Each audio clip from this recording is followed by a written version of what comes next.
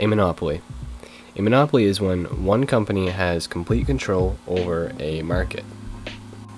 In this case, I will be talking about Sony and how they have a pretty close to a monopoly on anime in the West, so like most of Canada, America, and some of Europe. If you don't know who Sony are, they are essentially a Japanese tech company that produces, for the most part, games such as the PlayStation console, a lot of games for PlayStation, as well as other forms of entertainment. In 2017, they purchased Funimation, which is a streaming service essentially, like Netflix, except it was primarily for anime coming from Japan. And they would translate it and re-voice it with English voice actors, as well as they could also put subtitles over it if that was what was wanted, but primarily they would just re-voice over it for the English audience. This was not a terrible thing, because there were other streaming sites that you could also stream these shows on. Not the same shows, but other shows if you wished. However, in 2021, they purchased another streaming site by the name of Crunchyroll. Crunchyroll used to be a pirating website for kind of everything. It was like a YouTube kind of thing, but primarily anime. And then became legal by going through that process. I don't know how that's done, but when they purchased this, it kind of eliminated the primary sources of obtaining this media. There's other ones as well, however, they're quite small. And when they purchased Crunchyroll, they formed Funimation and Crunchyroll together, raising the overall price of the subscription to use it, and buying out, because of how much money Sony has, they could buy out the rights to whatever show they wanted, not allowing for any other streaming service to obtain anything, pretty much. Sony also bought the rights to Aniplex, which is a producer of anime. So not only do they have all the primary sources of watching and distributing the anime, they now had the rights to producing a large amount of the anime.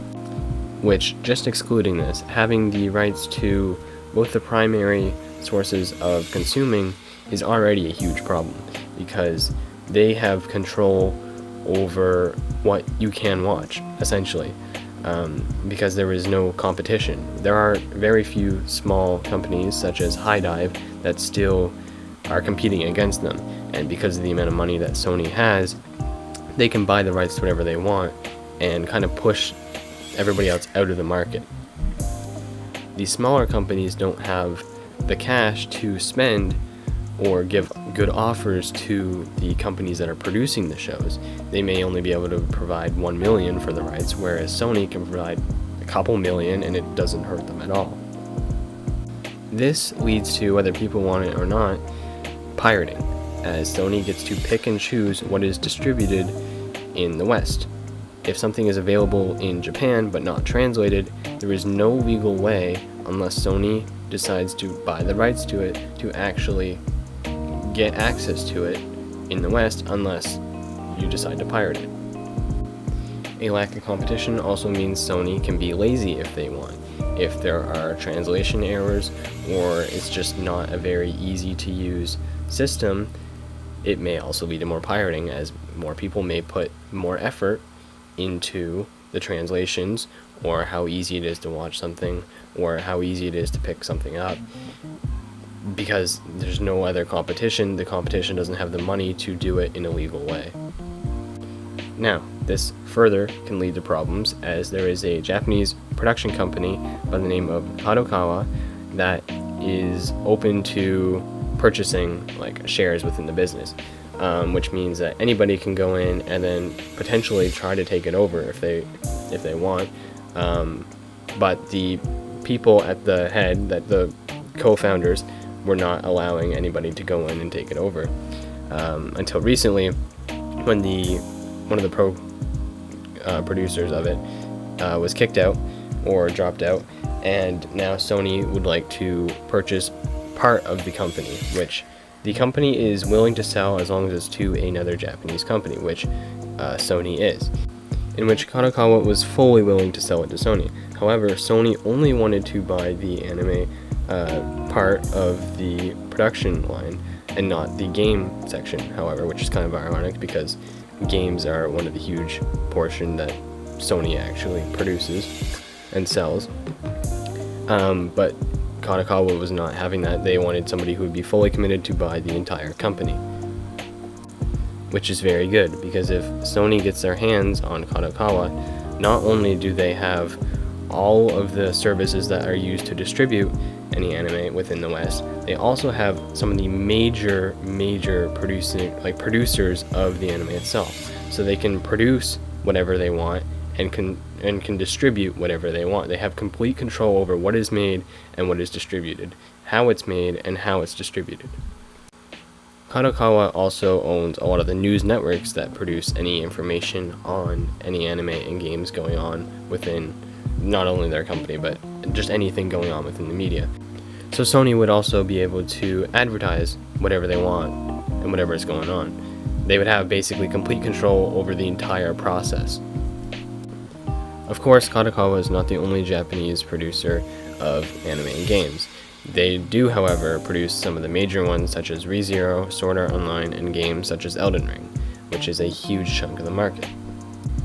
They would also be able to get access to many future upcoming large series, whatever is produced pretty much. They have the money to gain the rights to almost anything that they want.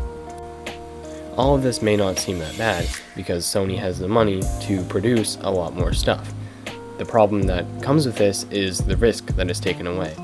They can be lazy and not put as much work or effort into it because they don't have to take the risk to do well. The good thing about having multiple different companies is they're going to do their best to produce something that is good because they have to do well in order to make their money.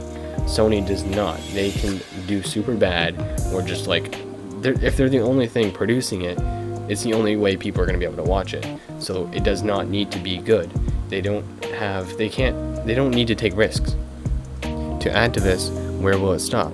They are very close to becoming a monopoly in the West, and could, if they wanted to in the long term, try to become a monopoly right from the source as well.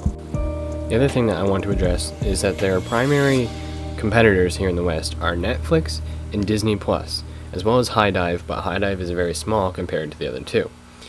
Which Netflix and Disney Plus are, first of all, they are very small. Like Disney Plus has like maybe 2 or 3 produced, and Netflix has a fair bit more, but they are very small compared to it. But they are large companies. So are they any better in that aspect than Sony is? I will say this is a biased opinion. They have done well to put actual work into the stuff that they produce in terms of anime. But again, if they get to a large enough scale, they are both large companies that really do not need to take risks still and are not going to lose anything in the process. A comparison I kind of wanted to make as well was Sony owning all of these different businesses is essentially the same as Netflix only putting on Netflix original series and like only streaming that, which I don't know, I haven't watched every single Netflix original series, but a good chunk of them are not that well produced. Not to say that there wouldn't be some good quality ones in there, there's no diversity. You're only getting what they produce. You're not getting anything special from any other talented creator out there. It's very limited to what they say can go on there. Overall, monopolies are not really the best, and hopefully we can see some other competitors spring up here in the West in terms of anime, and we can see some more producers and distributors here, and hopefully they do not expand into the game industry too much. They're already pretty big in the game industry, but there's tons of other competitors, so hopefully we do not see the same thing happen there. But it will nonetheless be interesting to see where it goes from here and what it's going to look like in the long term. Whether that be good or bad, we will undoubtedly find out.